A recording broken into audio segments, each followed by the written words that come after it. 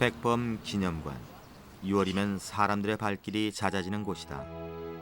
일제강점기 독립운동사를 살펴볼 수 있는 이 박물관은 4개의 전시관으로 구성되어 있다.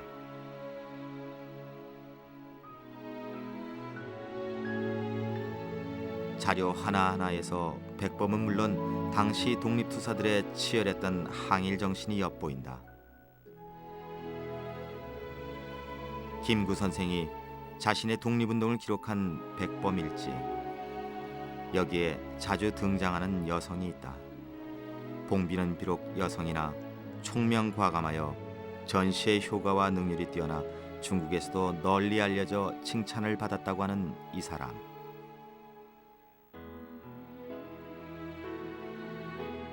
우리 독립운동사의 최초의 여성 광복군으로 기록된 신정숙 선생.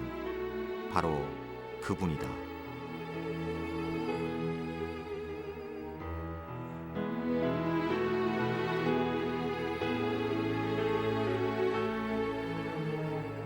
신정숙은 167cm의 키에 건장한 최초의 광복군 여전사였다. 평안북도 의주군 선천읍, 신정숙 선생이 태어난 곳이다. 선생의 집안은 독립군 집안이었다. 조부가 독립운동을 시작했고 그 영향을 받아 부친 신도준 역시 만주와 시베리아에서 독립운동을 했다. 소학교를 마치고 선생은 보성여중에 입학한다. 미국인 선교사가 세운 이 학교는 일찍이 여성 독립운동의 산실로 주목받았다. 하지만 선생은 이 학교 2학년 때 퇴학을 당하고 만다. 집안이 독립운동하는 집안이라 그래가지고 일본 그 경찰 순사 내지는 학교 선생님들로부터 많은 아마 미움을 받았던 모양이에요. 그런데 이제 어머니 또 기질이 있으시니까 어머니가 이제 그 일본 여학생들 또 때리고 여러 차례 그런 문제가 있고 그러니까 학교에서 권고 퇴학을 시켰답니다. 그녀는 19살에 중매로 결혼을 했다. 하지만 독립운동에 투신했던 남편은 결혼 일주일 만에 상해로 떠났다. 1년 후 신 선생은 남편을 찾으러 상해로 향했다. 그 길에서 중국군에 잡혀 포로 수용소에서 생활하기도 하고 다시 조선의용대에 인계되는 우여곡절을 4년이나 겪어야 했다. 그 당시 그 조선의용대 하고 중국군에 이제 잡혔다고 이제 말씀을 들었는데 그 포로 수용소에는 그 일본인들이 거의 한 80%, 조선인이 이제 나머지라 그 모든 체육 활동이라든지 또 어떤 배급, 지급 받는 문제 모든 것이 그 일본인의 지시를 받게 돼 있었답니다. 근데 이제 어머니는 이제 일본어를 잘 아시기 때문에 일본어로 그들에게 한거를 하면서 그 지시를 전혀 안 받았다 그래요. 그거를 이제 중국군 그 장교가 보고 어머니한테 이제 저 사람은 지식인이다 하는 이제 나름대로의 심증이 생기니까 특별 대우를 해줬답니다. 그 특별 대우는 일본의 지시를 안 받고 혼자 생활할 수 있는 그런 기틀을 만들어 주었답니다. 신정숙 선생은 포로 수용소에서 당시 총상으로 상야병원에 입원 중이던 김구 선생에게 편지를 보낸다.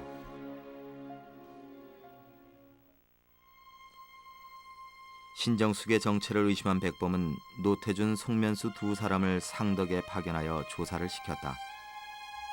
그 결과 신봉빈, 즉 신정숙은 포로 수용소에서 극단으로 1인의 지휘와 간섭을 받지 않고 오히려 유창한 일호로 1인에 대해 극렬하게 저항한 것을 알게 된다.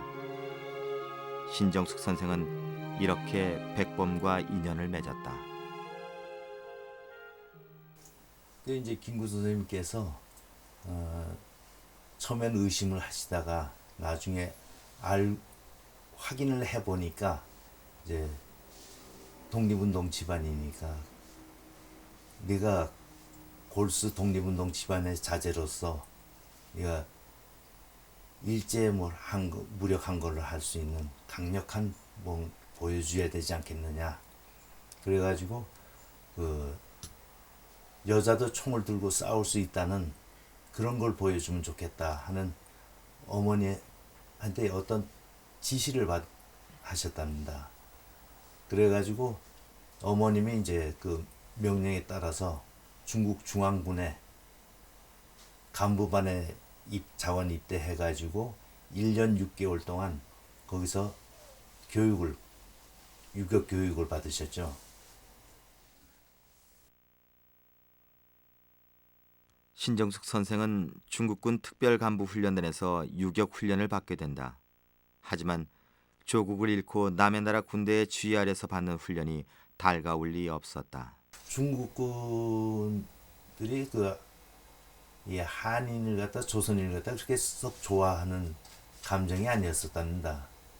그래가지고 또 그 포로 수용소에는 그 일본 사람들이 많았고 또 이제 그 과정에서 일본인들의 지시를 받게 되고 그런데 그 중간에 중국군 장교가 어머니 보고 망국노라 그랬대요.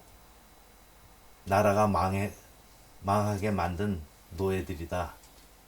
그래가지고 어머니가 분격해가지고 이제 거기서 중국군 장교를 때리셔서 3일간 그 영창신세도 졌다고 감옥도 가셨다고 그 얘기를 들었습니다. 1940년 9월 17일 중국 중경에서 광복군이 창설된다. 백범은 신정숙에게 광복군 회계조장의 임무를 부여하고 본격적인 활동을 지시했다.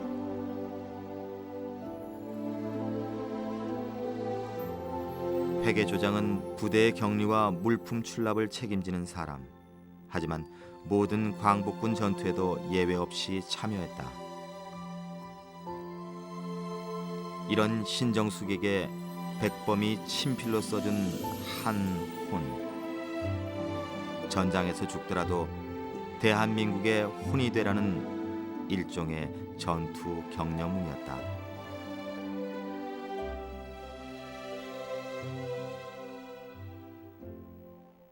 그 어머님 외에 이제 동지 몇 분이 일본군하고 어떻게 교전이 돼가지고 교전 중에 피신 한 대가 그 강가에 배를 세우는 데라는데 배들이 쭉 있었는데 그 한 배로 들어갔는데 거기서 일본군들이 워낙 많이 오니까 쳐들어오니까 도저히 거기다 다 죽을 것 같고 그러니까 저는 이제 1살 때이죠.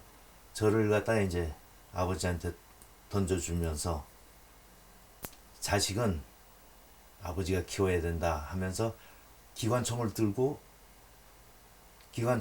쏘면서 막 쫓아나가시더래요.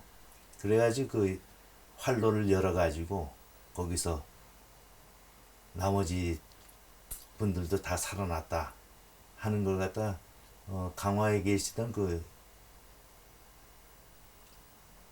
신희철 선생님이신가 그분이 그렇게 말씀을 해주셨어요. 그래가지고 그 다음부터 너희 어머님을 여장군이라고 불렀다 하는 말씀을 하셨어요. 1945년 조국은 해방을 맞았다.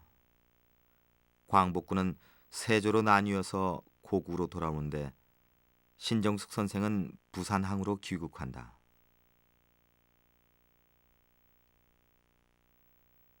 하지만 광복군들은 귀국하자마자 좌절감을 맛봐야 했다. 미 군정이 그들을 민간인 신분으로 맞이한 것이다. 이런 역사의 아이러니가 신정숙 선생을 괴롭혔다. 해방이 돼서 이제 귀국할 때 백범 선생을 의시해서 이제 귀국을 하셨습니다만은 미군정에서 정부의 자격이 아닌 개인의 자격으로 기구를 시켰어요.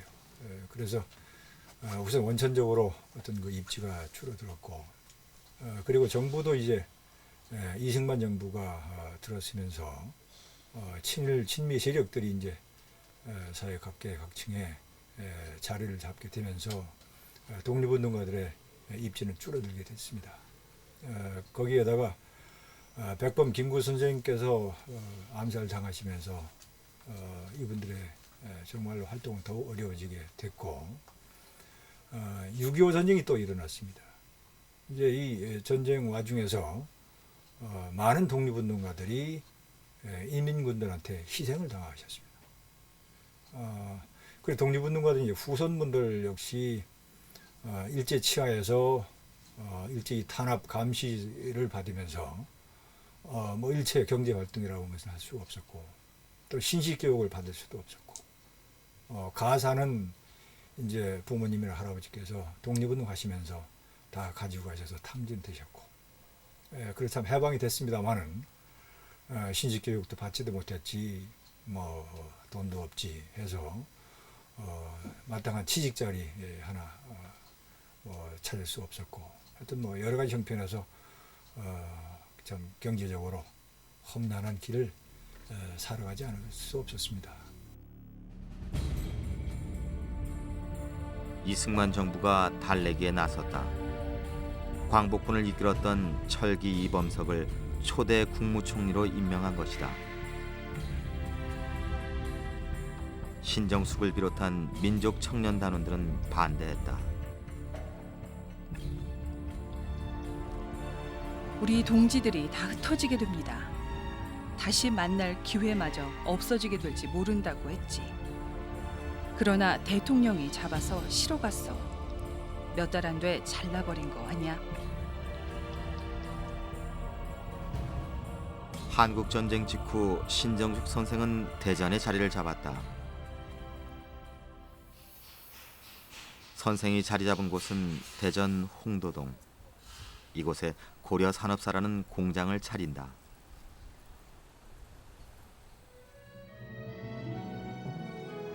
보리쌀과 콩을 주 원료로 된장, 고추장, 간장을 만들어 군납을 하는 공장이었다.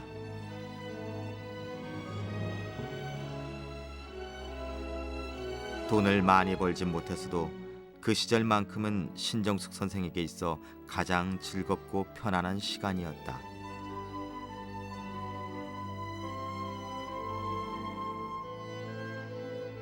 거기엔 특별한 이유가 있었다.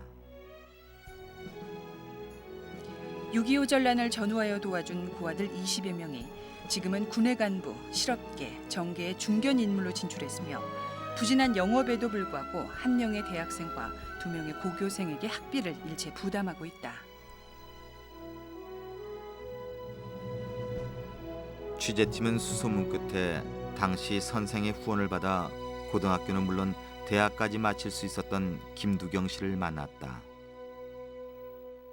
그 당시 이제 역시 시골에서 자라서 대전이라고 하는 그래도 도회지에 유학을 온 탓으로 모든 것이 생소하고 또 시골보다는 좀 더 그래도 발전적인 면이 많이 있고 또 개인적으로는 사춘기라고 하는 시기가 아닌가 그런 생각입니다. 더군다나 부모님 곁을 떠나서 혼자 와 있으니까 눈으로 보는 잘못된 것도 있고 잘못된 길도 있고 여러 가지 있었을 텐데 제가 그 신정숙 여사하고 생활을 하면서 정말로 가정교사라는 직함보다는 하나의 그 나를 길러주는 어머니로서의 역할을 일이 더 컸다. 저는 이렇게 생각합니다. 왜냐하면 예를 들어서 제가 이제 좀 늦게라도 들어올 때라든가 또 친구가 있으니까 친구네 집에서 좀 머무르게 될 경우라도 꼭 집에서 잠을 자도록 하는 것을 아주 생활화하고 말이지. 그 당시 통행금지가 있으니까 12시 임박해서 집에 들어오게 되는데 언제든지 그 하루 종일 공장 관계 또 종업원들 문제 복잡한 게 많이 있지만 참 주무시지 않고 기다려 주시고 이렇게 저를 잘 뭐 지도라고 할까 아껴 주시는 관계로 제가 나쁜 길로 가지 않고 또 물들지 않고 성장했다고 이렇게 저는 생각합니다, 지금. 신정숙 선생은 어머니였다. 남몰래 남을 돕는 성품 탓에 누구를 후원하는지는 김두경 씨도 몰랐다. 선생의 후덕한 마음 씀씀이는 공장 직원들에게도 예배를 두지 않았다. 그 정이 많으신 분이라 구석구석 또 개개인 사정 이런 것을 다 이렇게 보살피고 또 들어주어 가면서 그 사람 관리를 하는데 하여간 무슨 끈끈한 정으로 살아가는 거지 무슨 공장의 종업원대 사장 이런 차원이 아니었습니다, 그 당시에. 그래서 장유라고 하는 공장이 말하자면 간장, 된장, 고추장을 만드는 기 때문에 그 원료가 콩과 보리쌀 이겁니다. 그래서 그 배고픈 시절에 사람들이 장을 만들면서 또 그것도 좀 먹어가면서 이렇게 해도 보시고도 못 본 채, 또 못 보고도 본 채 이렇게 해서 잘 넘어가시고 잘 그 없는 사람들 편에 서서 하시는 거 보면은 그때는 잘 몰랐습니다. 그 잘 모르고 지금 생각하면 그 마음 깊은 정, 또 깊은 마음 그 뜻을 이제서야 겨우 조금 터득할까 하는 그런 정도입니다. 그러니까 1969년 부도로 공장은 결국 문을 닫았다. 40년 가까운 세월이 흐른 지금 신정숙 선생을 기억하는 이는 아무도 없고 옛날 공장은 전혀 다른 모습으로 변해 있다.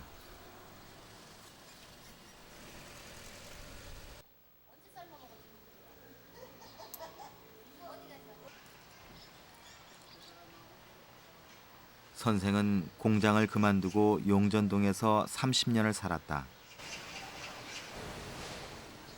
공장을 그만뒀지만 선생은 쉬는 법이 없었다. 동네의 웬만한 민원은 모두 해결했는데 이웃 사람들은 이런 선생을 통장이라고 부르며 따랐다고 한다. 하여튼 조금 이상스럽게 경찰서 같은 데 걸리면요. 아까 사정을 하네요. 이만저만해서 이렇게 됐다 그러니까 그래 내가 가야지. 그런 것도 해주고 또 취직 못해서 애를 쓰는 사람이 있지만 이봉학 시장님한테 가서 그때는 이제 뭐 시험 안 치고 들어갈 때 아니에요. 안면으로 할 땐 다 넣어줬거든요. 그래서 취직도 시켜주고 그냥 얼마나 좋은 일을 많이 했는가 몰라요. 내가 볼 때는 참말이지 뭐 대통령이나 무슨 장관이나 못지않은 일을 뭐든지 걸리면 했고 또 고안에 있다 금씩 가서 당신 있는 돈 다 털어놓고 나오고 참 그랬어요. 그런 걸 내가 수차례 봤죠. 선생의 관심은 사람, 특히 젊은이들에게 있었다. 시대를 이끌어가는 것이 그들이라는 신념 때문이었다. 내 청춘은 거기서 다 희생했고 인간으로서 아름다운 생활 못 해봤고 자식을 떼놓고 그렇게 좀 외국에 가서 고생을 하면서 우리 대한민국 국호를 지키느라고 적어나마도 애는 썼는데 해방돼 와서 지금 수십 년 동안에 뭔가가 좀 잘 되고 뭔가가 우리가 생각하는 그대로 잘 되고 싶었으면 했는데 지금 나이가 75살이니까 이런 일 저런 일 다 못 보고 죽지 않겠나 하는 생각도 들고 또 제2세들이 대한민국이 뭔지 8.25가 뭔지 우리가 해방이 어떻게 됐는지 또 이렇게 남북이 어째 분단이 되는지가 하나 모르고 있으니 이것을 누가 책임지느냐 하는 문제입니다. 그리고 우리들로서는 살아있는 동안에 우리 2세들에게 다소나마도 우리 대한민국이 어떤 권고 속에서 36년 동안 헤매다가 지금에 와서 대한민국이라는 국호를 가지고 나왔느냐 이것을 잘 지켜야 될 텐데 알고야 지키지 않겠습니까? 그러니 이 세대는 지금 내가 보기에는 우리 젊은이들이 좀 각성해야 되겠다는 거 그거 절실히 느끼고 있습니다. 그럼 내가 이제 죽는다 하더라도 한이 되지 않겠나 싶지요. 1997년 선생은 당뇨와 지병으로 병원에 입원했다. 그리고 자신의 죽음을 예감했는지 유품 하나를 아들에게 건넸다. 50여 년 세월 간직한 백범이 준 금목걸이였다.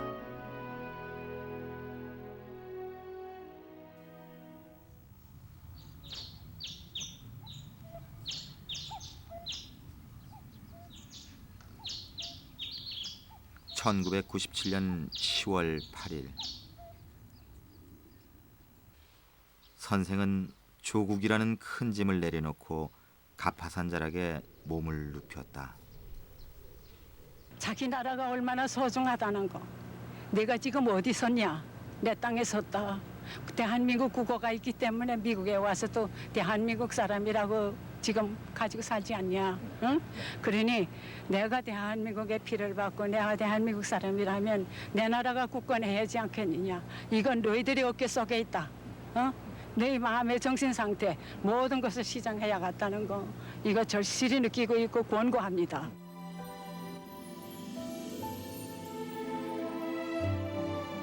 죽어서도 대한민국의 혼으로 남아있을 수만 있다면 목숨도 아끼지 않았던 선생. 그는 젊어서는 청춘과 가족 대신 조국을 등에 지고 수없이 사선을 넘었고 비록 뜻을 이루진 못했지만 죽어서는 자신의 썩은 몸이 남아 후학들의 연구 재료로 주고자 했다. 신정숙 선생. 그는 한 시대를 살다간 진정한 대한민국의 혼이었다.